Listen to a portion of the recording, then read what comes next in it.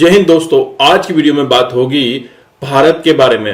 भारत किस तरह से तरक्की कर रहा है और साथ ही साथ इसको डिस्कस करेंगे आरजू काजमी और अमेरिका से पाकिस्तानी मूल के पत्रकार और जियोपॉलिटिकल एक्सपर्ट साजिद तरार सर। साजिद तरार भारत आए हुए थे और उन्होंने भारत के बारे में क्या क्या बातें कही और जिस तरह से कहा जा रहा है कि 2027 तक भारत तीसरी बड़ी इकोनॉमी बन जाएगा, वो किस बेस पे बनेगा, ये पूरा डिस्कशन यहां पे होगा।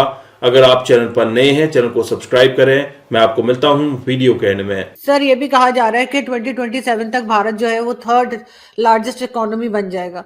तो सर, वो आइडिया तो नवाज शरीफ साहब से लेकर गए शायद, वो ये भी यहाँ से दावा किया जाता है। तो सर, खुद क्यों नहीं इस्तेमाल कर पाए हम उस आइडिया को? बस वो आइडिया बस चोरी हो गया ना। आइडिया बस चोरों की चीजें चोरी हो जाती है, फिर उसका हल कोई मौजूद नहीं है, क्या करें।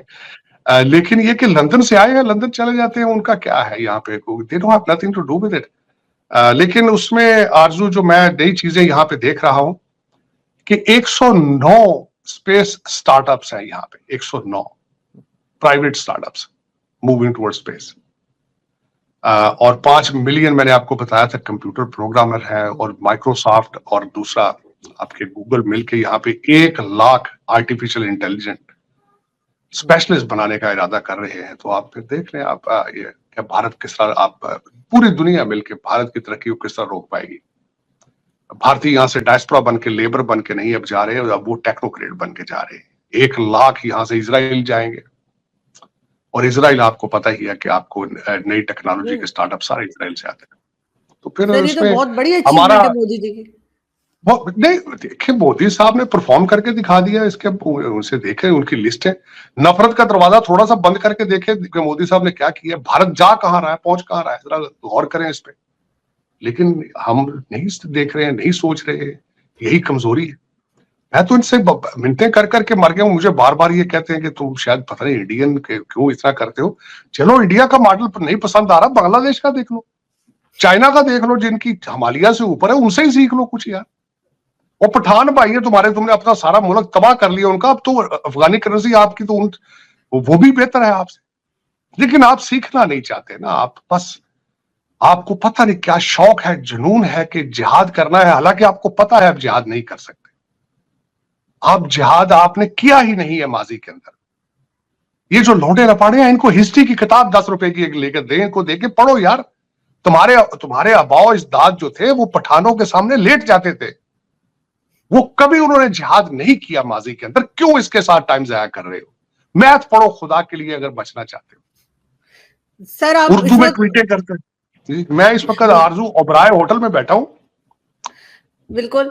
सर, आप इस वक्त जैसे भारत में हैं सर, वहां आपको क्या लग रहा है कि अगर पाकिस्तान ना बना होता तो हमने इनका भी वही हाल कर दिया होता जो हमारा है, या हम बेहतर हो गए होते, भारत के साथ रहते तो ज्यादा अच्छा था? देखिए, मेरे ख्याल में दो चीज मेरे ख्याल में बेहतर होते। उसकी वजह यह है, दोनों मुमालिक ने डिफेंस के बजट के ऊपर बहुत ज्यादा पैसा जाया किया, बहुत ज्यादा पैसा जाया किया। पाकिस्तान तो अभी भी चले, वो तो उसकी जितनी पसली है उस हिसाब से, लेकिन वो जो डिफेंस के ऊपर किया गया, अगर सोचें अगर वो तालीम पे लग रहा होता फिर तो आज यहाँ पे इंडियन इंस्टीट्यूट ऑफ टेक्नोलॉजी इतने हैं। अगर वो पाकिस्तान वाली जगह पे भी 10-15 इंडियन इंस्टीट्यूट ऑफ टेक्नोलॉजी होते तो आप अंदाजा लगाए आप तरक्की में कहाँ होते। मौलाना आजाद जो है, जो यहाँ के भारत के सबसे पहले एजुकेशन मिनिस्टर थे, उनके जो 13 पॉइंट उन्होंने बताए थे लिखे, जरा वो खोल के देख लें, अब सारे वो फुलफिल होते नजर आ रहे हैं पाकिस्तान के ऊपर। और जो उनका आइडिया था कि पाकिस्तान, भारत और बांग्लादेश के मुसलमान ये सारे इकट्ठे होते, मुस्लिम्स बेटर ऑफ होने थे, ये भी एक बात है। ये पूरा खित्ता जो है वो पुरसुकून होना था, ये भी एक बात है। और दूसरा ये है कि मैं बार बार मुझे इस चीज का एहसास होता है कि ये इंटेलेक्ट सारा, बल्कि यहाँ पे कल भी एक डिस्कशन में मैं बैठा था कि यहाँ से कई वेद की किताबें जो जिनके ऊपर इन्होंने रिसर्च की है वेस्टर्न सिविलाइजेशंस ने, और कई जो एजुकेशन है, खासकर जिस तरीके से मैं टेक्सला यूनिवर्सिटी से बड़ा इंस्पायर हूँ, चाणक्य जो सिविलाइजेशन है सारी उनकी, तो वो देखें वो कितना मैकियावेली और दूसरे सबसे बहुत ज्यादा, वो तो डविंची वगैरह सब बहुत ज्यादा आगे था काम उनका। लेकिन हमने उसको बस निग्लेक्ट किया, रिजेक्ट किया, और फॉरेन इन्वेडर्स, चाहे वो गोरा हो चाहे पठान हो, मुगल देखे ना। मैं बल्कि आजकल देख रहा था, मैं जहां बैठा हूं मुझे अपने कमरे से हुमायूं का टोम नजर आता है, उनका जो डोम है वो नजर आता है, मजार उनका, ऐसे ओबराय होटल से। और मैं बल्कि अभी निजामुद्दीन औलिया जा रहा हूँ दरगाह के ऊपर भी दुआ करने के लिए, पाकिस्तान के लिए, आप सब के लिए, भारत के लिए दुआ करने जा रहा हूँ, पूरी दुनिया के लिए दुआ करने जा रहा हूँ कि खुदा पूरी दुनिया की मुसीबतें जो है आसानियां पैदा करे हर इंसान के लिए, जो भी है, मुसलमान है, हिंदू है, सिख है, क्रिश्चियन है, जो कुछ भी है, सबके लिए दुआ करूंगा जाके। लेकिन उसमें बात यह है कि आरजू मैं मुझे डिफरेंस महसूस नहीं हो रहा है कि I'm on a foreign soil or foreign land, बिल्कुल कोई डिफरेंस फील नहीं हो रहा है। और मेरी ख्वाहिश है कि मेरी जिंदगी के अंदर ही नॉर्मलाइजेशन हो, इस खित्ते के अंदर सारा खित्ता मिलकर तरक्की का एक बायस बने, अमन यहाँ हो, सुकून हो यहाँ पे, और चीजें जो रेडिकल एलिमेंट्स हैं उनका उस तरफ नहीं जाना चाहिए मेरे ख्याल में। अगला दौर जो है तालीम का और प्यार मोहब्बत का दौर है, मेरे ख्याल में इसमें कोई दूसरी राय मौजूद नहीं। मगर सर हमसे जो अलग हो गया, चाहे वो बांग्लादेश हो या भारत, वो तरक्की कर गया, तो कुछ गड़बड़ तो हमारे अंदर ही होगी ना, हम क्यों नहीं बढ़ वो पा तो रहे? देखिए उसमें कोई एक चीज एलिमेंट नहीं है आरजू, उसमें तो बहुत बड़ा डायलॉग है और 50 से है, आज का नहीं है, शुरू से ही है। जिस तरीके से लोग तो बल्कि यहाँ तक कहते हैं कि कायदे आजम साहब जब गवर्नर जनरल बने थे और लियाकत अली खान प्राइम मिनिस्टर बने थे, उसी वक्त ही पावर का आप तयन नहीं कर सके उसके बाद कि पावर किसके पास होनी है, वहीं से कंफ्यूजन था। आज भी आप कंफ्यूज हैं, 18वीं तरमीम पे आप कंफ्यूज हैं, आज भी आप कभी कहते हैं पार्लियामेंट्री सिस्टम होना चाहिए, कभी कहते हैं प्रेसिडेंशियल सिस्टम होना चाहिए, कभी आप कहते हैं इस्लामिक स्टेट होनी चाहिए, कभी आप कहते हैं कायदे आजम सेकुलर स्टेट की फाउंडेशन रखे हैं। यू आर कंफ्यूज, आपको पता नहीं है, आपको आइडेंटिटी क्राइसिस उससे अलग है, आपको पता नहीं है। मैंने जिस तरह आपको कहा है कि आप सुबह उठते हैं तो अरबों के रिश्तेदार बन जाते हैं, दोपहर को आप कहते हैं हम अब्दाली, हम गजनबी के रिश्तेदार हैं, हालांकि आप यहाँ लोकल रहने वाले हैं यार। आपका उन पठानों के साथ क्या रिलेशनशिप? कोई रिलेशन, आप तो वो तो आपको पूरे मुसलमान भी नहीं समझते, ना ही अरबी आपको मुसलमान समझते हैं, लेकिन आपको आइडेंटिटी की क्राइसिस भी है। लेकिन इन चीजों से बढ़ के मेरे ख्याल में, चले छोड़े मजहब, जो मेरी नजर में आरजू एक पर्सनल मैटर होता है, आप किसी चीज पे भी बिलीव करें, this is your personal matter. लेकिन मेरे ख्याल में सबसे बड़ी सोच है, जो आपको सबसे ज्यादा इस वक्त जो खतरा है जिस चीज से, वो करप्शन से है और तालीम से दूरी है। आपने जो मैथ इंग्लिश के साथ जो बाईकाट कर रखा है, आपने नहीं सिर्फ कर रखा, 1.9 बिलियन मुसलमानों ने कर रखा है। यहाँ पे मेरे ड्राइवर जो मेरे साथ होते हैं वो भी इंग्लिश में मेरे से बात करते हैं। मैं सारा दिन यहाँ इस होटल के अंदर फिरता हूँ, हर वेटर, हर सर्वर, मैं अभी जिम से आया हूँ, सारे इंग्लिश में बात कर रहे हैं। आपके प्राइम मिनिस्टर ने पूरे तरीके से इंग्लिश बोल सकते हैं। आप नफरत है आप इंग्लिश से, क्योंकि मौलवी साहब ने, भाईजान ने कह दिया था ये ब्रिटिश जबान है, ये तो भी कुफार, ये तो काफिरों की जबान है, ये क्यों पढ़नी भी आप? अब आप ट्वीट भी कर रहे हैं, उर्दू में कर रहे हैं, आप हर चीज उर्दू में लिख रहे हैं, अदालतों में उर्दू चल रही है, पता नहीं कैसे बात, कहां से ये चीजें, आप सारी दुनिया इंग्लिश पे चल रही है, आप दूसरी साइड पे जा रहे हैं, पता नहीं आप दुनिया से क्यों सिस्टम खराब है ना, हमारा एजुकेशन सिस्टम हमें कॉपी करना चाहिए भारत से और बांग्लादेश से। भाई अगर भारत और बांग्लादेश से आप इसकी कॉपी करेंगे तो तरक्की कर जाएंगे, वो तो करना नहीं। आपके जो ऊपर 5-6 हजार बंदा बैठा है, जिनके बच्चे लंदन पढ़ रहे हैं और अमेरिका पढ़ रहे हैं, वो तो आपको पढ़ना नहीं देना चाहते ना। खान साहब बार बार क्या कहते हैं, सियासत नहीं जिहाद है, अपने बच्चे तो लंदन में बैठे हैं उनके। अब देख लें जितने सियासतदान है सबके बच्चे लंदन पढ़ रहे हैं, लेकिन अगर आप पढ़ेंगे तो फिर उनके बच्चे कहां से खाएंगे? ये तो बहुत टेक्निकल बात है। वो तो आपको रखना चाहते हैं क्या उर्दू पे ट्वीट करें आप, जज्बात आएगा इमरान बनेगा नया पाकिस्तान। आज इमरान खान ने जलसे नचन जी कर रहा है, वो तो इसी पे चाहते हैं, क्योंकि उनके बच्चे जो है उनका लंदन में नाचने को जी करता है। आपके बच्चों को यहाँ जिहाद की तैयारी पर रखा हुआ उन्होंने। ये तो फिर आरजू, आपका चॉइसेस आपके अपने हैं, लेकिन आप गलत साइड पे जा रहे हैं। चॉइसेस हैं, आपने आंखें बंद कर रखी हैं, आप आंखें खोलने की जरूरत है मेरे ख्याल में। आई विश कि मैं यहाँ से आपको बता के सड़कें, यहाँ पे इस वक्त दिल्ली की सारी चीजें दिखाता, आपको पता चलता है कि आपसे, मैं लाहौर से 100-150 मील के फासले पे हूँ, बिल्कुल, और यहाँ की दुनिया और वहां के क्या हालात है। मैं मेरी ख्वाहिश है इस बात की कि पाकिस्तानी ये देखें कि इस खित्ते में हम जैसे लोग जो हैं वो आपसे 100 साल आगे किस तरह चलेंगे। आपको ये सोचना होगा, सोचना चाहिए आपको। बिल्कुल ऐसा ही है सर, सोचना पड़ेगा। लेकिन सर आप पिक्चर्स जरूर शेयर किएगा मेरे साथ, और मैं शो में दिखाऊंगी। मैं बिल्कुल, मैं बल्कि यहाँ जिस जगह मैं जिस होटल में ठहरा हूँ वहां पे भी पूरा होटल ही इस तरह आर्ट म्यूजियम है। उबराए, बल्कि मैं यहाँ, मुझे बड़ा फख्र है इस बात पे, इस चीज का।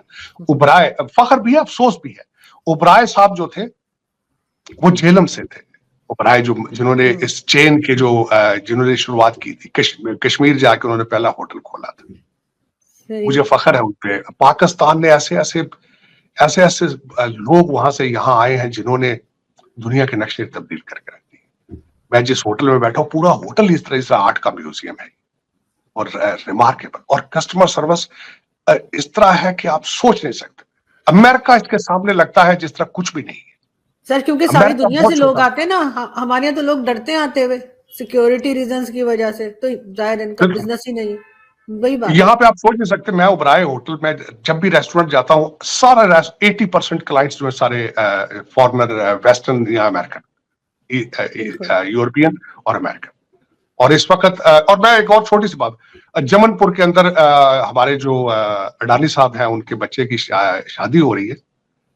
बल्कि मैं चाहूंगा कि आप पाकिस्तानी लोगों को उनकी लिस्ट देखें कि उनके बच्चे की शादी पे कौन कौन आ रहा है। कतर का हेड आ रहा है उसके अंदर ट्रंप साहब की बच्ची आ रही है, उसके अंदर मार्क जुकरबर्ग फेसबुक का मालिक आ रहा है, उसके अंदर गूगल का सीईओ आ रहा है। ये अभी हफ्ते 10 दिन में आएंगे। तो फिर देखें, ये एक दिन में नहीं हो जाता आरजू। पूरी कौम साथ चलती है, अदालतें इंसाफ देती हैं, फिर जाके चीजें इस तरह होती है। कानून एस्टेब्लिश होता है, लीडरशिप होती है, एक टीम वर्क होता है। सारा कोई एक दिन में नहीं हो जाता। लेकिन ये चाहिए, कोशिश करें कि आप कहीं से तो शुरू करें। बिल्कुल, कहीं से नफरत को एक दिन के लिए छुट्टी पे भेज दें आप, तो देखें कि यहाँ आपके पड़ोस में क्या हो रहा है। देखने की जरूरत, मैं समझता हूँ देखने की जरूरत। बिल्कुल ऐसे ही। लेकिन सर आप हमें पिक्चर जरूर शेयर कीजिएगा। मैं लाजमी, बल्कि मैं इंदौर जाऊंगा आरजू, हम वहां से भी करेंगे शो। बल्कि मैं इंदौर से अपनी सारी फैमिली से मिला के सारा। और अब मैं यहाँ पे ये भी बताना चाहूंगा, Indore is the cleanest city of India, matter of fact. बल्कि मुझे पता है इस चीज का, मेरे दोस्त मुझे बताते रहते हैं कि वहां पे क्या रिफॉर्म करके हमने इंदौर को क्लीन क्लीन बनाया। वो मैं पूरी लिस्ट आपके साथ शेयर करूंगा, आपके देखने वालों से, कि उन्होंने किस तरह इंदौर जो है उसको क्लीन रखा हुआ है। सर आपने मुझे एक प्रॉमिस और किया है, आपको याद है ना, आपने इंडिया से क्या लेके जाना? मैं आपके लिए मिट्टी लेकर आऊंगा इलाहाबाद से, और मैं जा रहा हूँ इलाहाबाद, मैं यूपी जाऊंगा, और यूपी से मैं आपके लिए लेकर आऊंगा। मैं बिल्कुल नहीं भूला, मैं किस तरह भूल सकता हूँ आपसे, मेरा वादा है।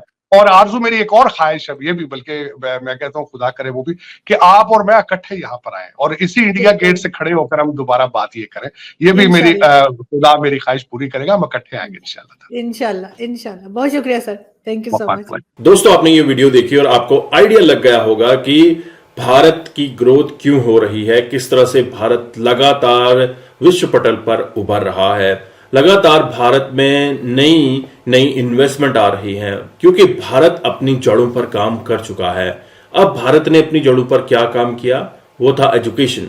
अगर भारत ने आजादी के बाद से सबसे बड़ा जो काम किया वो है बड़े बड़े education centre, skill development centres बनाए, बोले तो एजुकेशनल इंस्टीट्यूट्स खोले, जहां से आज दुनिया के सबसे बड़े और सबसे कीमती लोग निकलते हैं।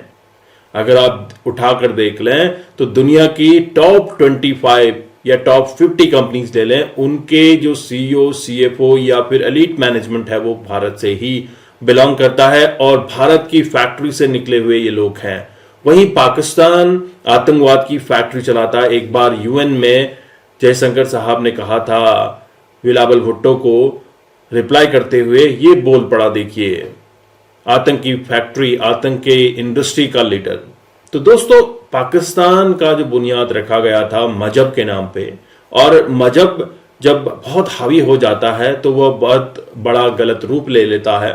और हुआ यही है, मजहब के नाम पे मुल्ला मौलवी लोगों को बरगलाते गए, गलत बातें उनको सिखाते गए, 72 हूर जन्नत के उनको सपने दिखाते गए और अपना उल्लू सीधा करते गए। हाल ही में आपने एक मौलवी का वीडियो लंदन की सड़कों से देखा होगा, जहां पे वो क्लब के अंदर जाता है और क्लब में एक खातून का मुंह लंगूर की तरह उसके मुंह में डालता हुआ दिखा है। दोस्तों ये देखिए किस तरह के जो मुल्ला मौलवी पाकिस्तानी अपने देश में तो बहुत अच्छा, बहुत रेस्पेक्टेबल दिखते हैं, लेकिन जब वो काफिरों के देश में आ जाते हैं, नॉन मुस्लिम्स के देश में, तो वहां पे अपने आप को कंट्रोल नहीं कर पाते हैं। वहां पर अपना धर्म सब कुछ भूल कर गंदगी फैलाना शुरू कर देते हैं। ये पाकिस्तान की पुरानी हैबिट रही है। और मजहब के नाम पे दूसरे लोगों के कपड़े उतारना, मजहब के नाम पर महिलाओं के सरे बाजार कपड़े उतारना, ये पाकिस्तान की पुरानी आदत रही है। आई होप आपने ये वीडियो एंजॉय किया। अगर आपके कोई भी विचार हो जरूर कमेंट में साझा कीजिएगा। मैं आपको मिलता हूं नेक्स्ट वीडियो में, तब तक के लिए थैंक यू। जय हिंद, जय भारत।